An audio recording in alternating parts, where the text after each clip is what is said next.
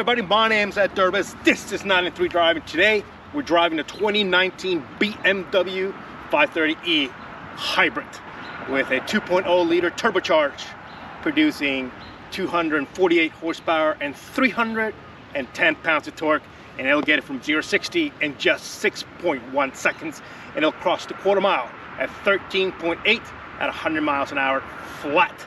With that being said, let's see what this BMW 530e has to offer.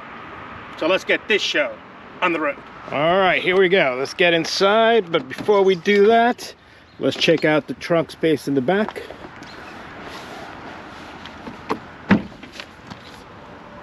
And you got plenty of room to be able to carry a long weekend. It's not super huge, but as you can see, we have our gear, so that should be okay. We'll close that up. Let's look in the back. I've got the seat exactly where I like to sit. How much room is in here? Yep, I still got plenty of room on my knees. You got your vents here.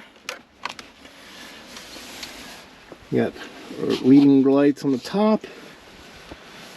Ambient lighting. I don't know if the camera can catch that. So, let's get in the driver's side.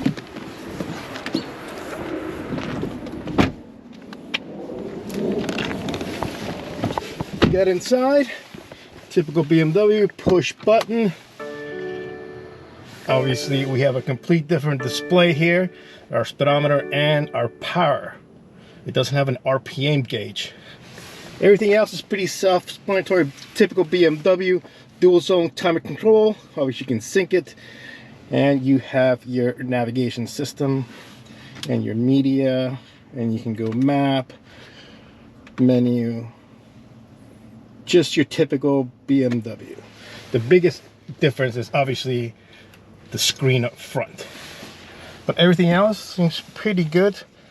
We got memory seats, nice wood inside, so overall a pretty nice, your typical BMW shifter, and the traditional knob to control the head unit.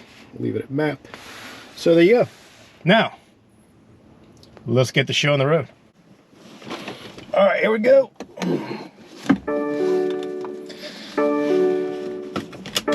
Let's see what, it's so strange because it's so quiet when it starts. Not like a, there starts like an electric motor right there. And then it kicks off. All right, here we go. So 248 horsepower, 310 pounds of torque. Let's see what that's gonna feel like. We're a little disappointed last time we drove that Mercedes. It didn't feel as quick as the numbers. So let's see how this car feels. So let's talk about hybrid and electric. So it is hooked up to a 9.2 kilowatts battery, and the range on it is about 32-34 with the X-Drive system, and it takes about 3.5 hours to charge. And the combined miles per gallon, since this is a typically we don't talk about that, but it is about 38 miles per gallon combined, and it'll give you a range between the hybrid system. It'll give you a range of about 340 miles, which is not too bad. So now, what does it drive like? Because one of the things that, you know, driving a 5 Series BMW, it puts it right smack in the middle of the competition of, you know, the E-Class, the A6 Audi, and it's just it's just one, and has been for a long time, one of BMW's bread and butter. Obviously once the SUVs came in, yeah, that kind of took a little bit of the segment. But, and the other thing is the 5 Series has always been well calibrated. The weight distribution has always been really spot on in regards of, for most of them have had a 50% weight distribution. So, and yeah, they always drive really nice, smoothly. The character's more of a sporty drive. So with that being said, we got it in comfort mode. just to see how it soaks up the bumps. But once we get over around the bend here, we'll put it on sport and see how that changes the dynamic of the car. And then we'll do our usual tests. We'll do our 0 to 60, and then do some little twisty, and then we'll go back and do our final thoughts. So let's head down to location, and then we'll throw it on sport and see what she's like. All right, here we go. Put it on sport, and let's just do it. For all the beans and the marbles, throttle down.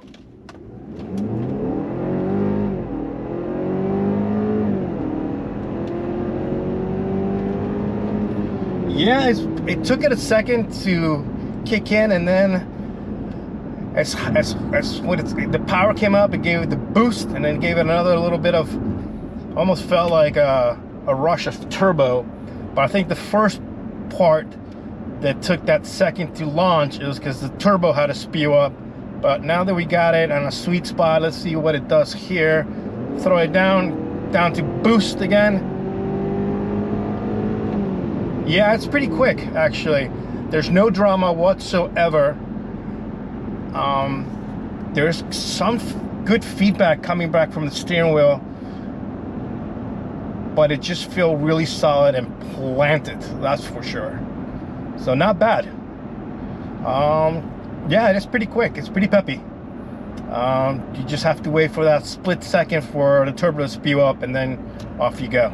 So let's go find a twisty and see how she does, since BMW are known to do pretty well around them. Let's go.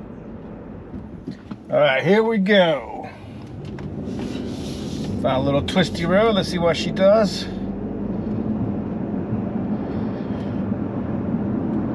It's holding up the bumps pretty well. Good information. The suspension is, I have to say, a tad bit on the softer side, even on sport. Usually you find BMWs to be a tad bit stiffer. So far so good. She's running pretty well. Come around this turn. It's a little bit of body roll, I do have to say.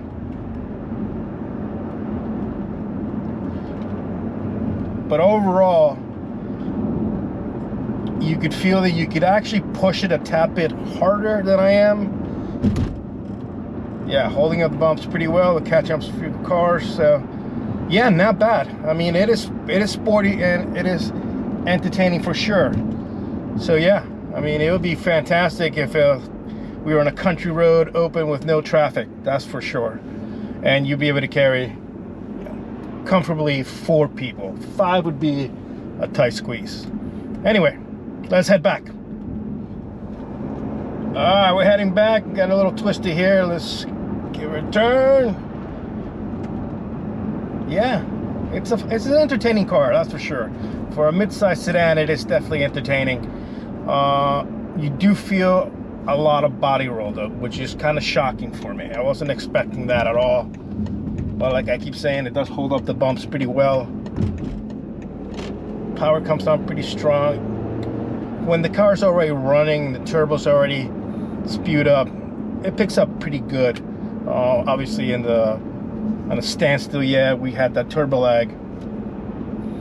You know, I just wish the suspension was a tad bit sportier, especially in sports mode.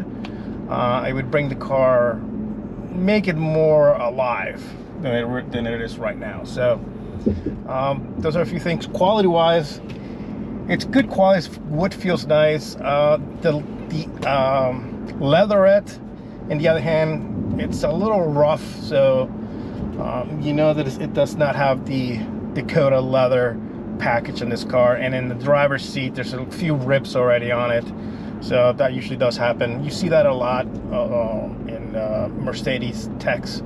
I haven't seen it so much in BMW, so for the most part they held up pretty well. It is strange to be able to look down at the gauges, and yes, you have a speedometer, and on the other side you have a power gauge, and on the far right, instead you have a fuel on one side, and on the other side you have the battery.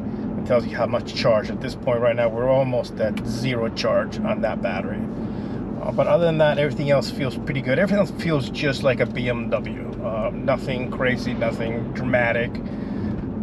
But yeah, that's the way. The wood feels good. There isn't a lot of plastic in here, and the few plastic stuff there is, you know, you can kind of overlook it because it's just for second controls that you don't really use that often. Design-wise, typical design BMW. It's not as crazy as the new designs of the new BMW. And yeah, this is a 2019, so it was the beginning of BMW getting into the electric, you know, environment, where now today you know, they have an electric car all the way across the board. But yeah, not bad at all.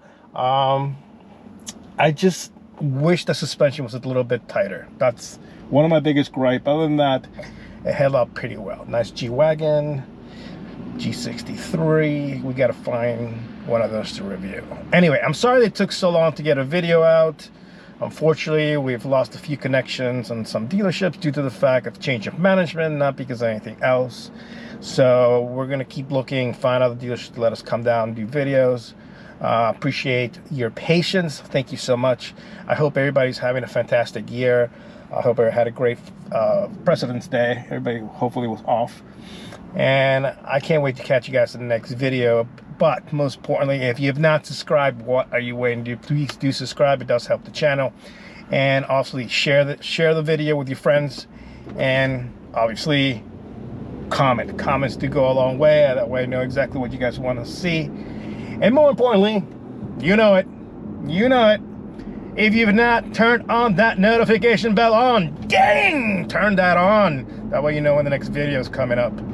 And like I said, a big thank you to my friend Brian Butler over at Bethesda, Volvo of Bethesda, Maryland, where he let us come and take a look at this car. And I can't wait to catch you in the next video, like I said. So until then,